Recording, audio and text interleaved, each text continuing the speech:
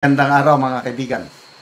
Bigyan natin ng opinion, reaction ngayon itong post, ang balita ngayon tungkol sa palitan ng salita between Senator Ping Lacson and Attorney Rowena Guanzon.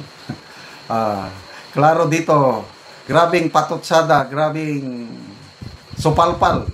Nasupalpal si Senator Lacson sa kanyang pahayag. Ang galing ng ating Attorney Rowena Guanzon. Okay, ito ang pahayag ni Senator Lacson. Ang pinakamaingay sa loob ng silid, ang pinakamahina. Patama niya ito kay Senator Marcoleta dahil mula nung nagkapalitan ng liderato sa Kamara, lalo na sa chairmanship ng Blue Ribbon, talagang hindi nagpapatalo si Senator Marcoleta. Kinukontra niya palagi yung nakikita niyang hindi magandang ginagawa ng chairman. Kahapon ba yun? Yeah. Nagsalita, bakit kaya takot kayo kay Romualdez? Bakit may mga senador na takot? Hindi mapapangalanan ng pangalan Romualdez. Hindi ako takot kay Romualdez, sabi ni Marcoleta. Romes Maxi Lacson, ito ang sabi niya, ang pinakamaingay sa loob ng silid, ang pinakamahina.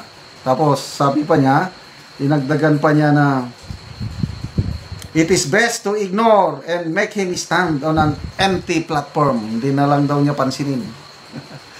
So, patutsada kay Marcoleta, ito ngayon, todo rescue naman si Attorney Guanzon. Ano sabi ni Attorney Guanzon? Agree ako dito, Senator. Lalo na kung di naman mapangalanan ang 60 plus, 67 to be exact. Ang 60 plus contractors matapos mag-expose sa privilege speech, tapos di mabanggit-banggit ang Martin Romualdez. Di ba? Ito, the statement clearly refers to Lacson's earlier revelation in August 2025, in which he revealed that there were 67 congressmen in 2022 who served as contractors in their own infrastructure projects, particularly in flood controls. Although the sound is heavy, Lacson never named such congressmen. Wala lang. Kasi ang rason naman niya, ang nagsabi daw sa kanya, in fairness kay Lacson ay kongresista ang nagsabi na may 67 kongresista na contractor themselves. So yun lang ang narinig ni Lacson, kaya hindi rin niya mapangalanan. Ako, beforehand, alam ko na. Meron akong isa, kilalang kilala. Bago siya naging kongresista, contractor na siya. Then ngayon, nanalong congressman, yun, contractor. Later on, naglabasan yung contractor party list. Nakalimutan ko na, bilyonaryo. Naglalabasan na rin ang mga contractor. But totoo talaga, Senator Lacson, wala siya talagang napangalanan na mga contractor. So, tapos, hindi niya mabanggit-banggit noon ang pangalan ni Romualdez. Dalawa sila ng kanyang kabady. Ito, but in fairness, kay Senator Lacson, natutuwa ako dahil may bago na siyang pronouncement na sa susunod na pagdinig ng Blue Ribbon, I don't know kung kailan, papatawag na ng Senado si Saldico at saka si Congressman Romualdez. Na bagay, ikinadismay ako 2 or 3 days ago, sabi niya na hindi natin pwedeng imbitahin si Saldico dahil interparliamentary courtesy. Nako, talagang dismayado ako. Why not? Sabi ko, bilyones ang nangawala, tapos tradisyon daw, interparliamentary courtesy. Kaya, nagduda na ako sa kanya. Na ano ba?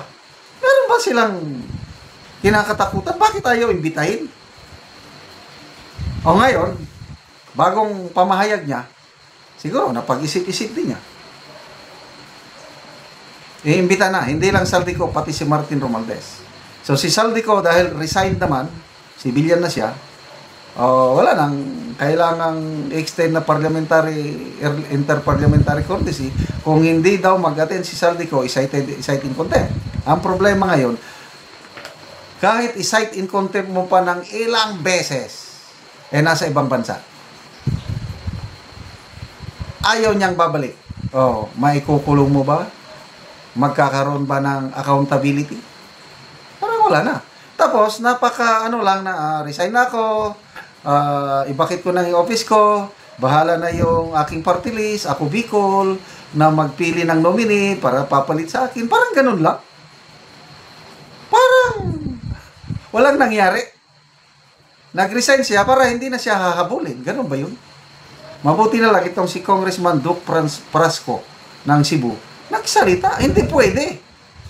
That's not accountability. That's impunity.